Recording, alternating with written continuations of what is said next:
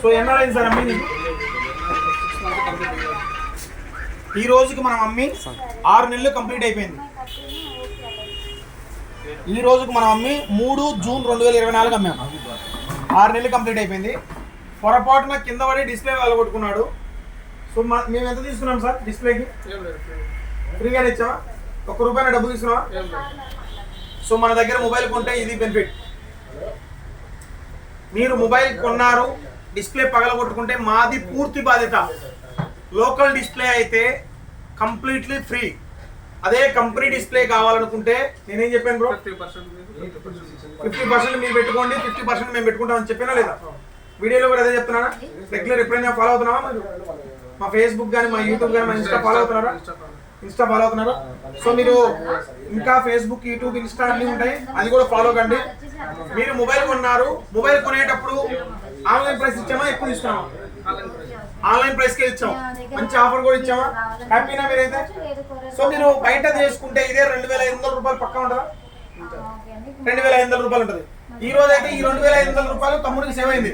So మీరు ఆలోచించండి, ఒకసారి మొబైల్ కొంటున్నారు, మొబైల్ కొనేటప్పుడు ఎంత రేట్ తీసుకున్నారు, ఆన్లైన్ రేట్ తీసుకున్నారా, ఆఫ్లైన్ తీసుకున్నారా, మనకి ఏమేమి బెనిఫిట్స్ ఉన్నాయి, సో అవన్నీ చూసుకొని మీరు మొబైల్ కొనండి. సో మొబైల్ కొనటం కాదు, మాకు బ్రాంచ్లు ఉన్నాయి, అవి ఉన్నాయి, ఇవి ఉన్నాయి అని చెప్పంగానే పోయి మొబైల్ కొనటం కాదు. ఒకసారి ఎంపీ స్టోర్లకు వెళ్తారు, వాళ్ళకి ఎన్ని బ్రాంచ్లు ఉన్నా సరే వాళ్ళు ఈ రోజు ఉన్న ఎంప్లాయీ రేపు ఉండడు.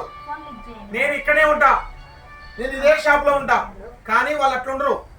ఈ రోజు వాళ్ళు ఒక మాట చెప్పడానికి, వాళ్ళు అమ్మటానికి, వాళ్ళ టార్గెట్ కోసం ఒక మాట చెప్తారు, అమ్మేస్తారు, అయిపోయింది. రేపు ఆ ఎంప్లాయీ ఉండడు, అతను ఏం చెప్పాడో నాకు సంబంధం లేదంటారు. కానీ మనం ఇలానే ఉంటాం, మనం ఏడనే ఉంటాం, మనం ఇక్కడే ఉంటాం కాబట్టి మనం ఏది చెప్తే అది ఖచ్చితంగా చేస్తాం. సో మీరు ఎంటీ మార్కెట్కి పోయే వాళ్ళు ఖచ్చితంగా జీటీ మార్కెట్కి వెళ్ళండి. మీకు దగ్గరలో ఉన్న మొబైల్ షాప్కి వెళ్ళండి, మీకు దగ్గరలో మీకు తెలిసిన ఫ్రెండ్ షాప్ కాడికి వెళ్ళండి. మీకు ఆన్లైన్ ప్రైస్ ఇస్తాడు, క్రెడిట్ కార్డ్ ఆఫర్ ఇస్తాడు, డెబిట్ కార్డ్ ఆఫర్ ఇస్తాడు, గ్లాస్ ఇస్తాడు, పౌచ్ ఇస్తాడు, అన్ని వేసిస్తాడు.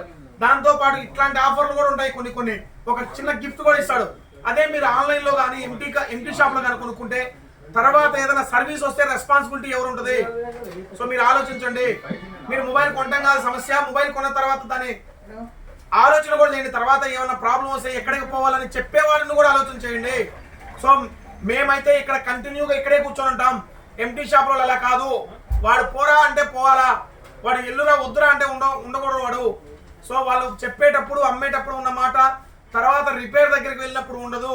అది జాగ్రత్తగా గుర్తుపెట్టుకొని మీరు మొబైల్ కొనుక్కునేటప్పుడు ఆలోచించుకొని కొనుక్కోండి. థ్యాంక్ యూ అండి.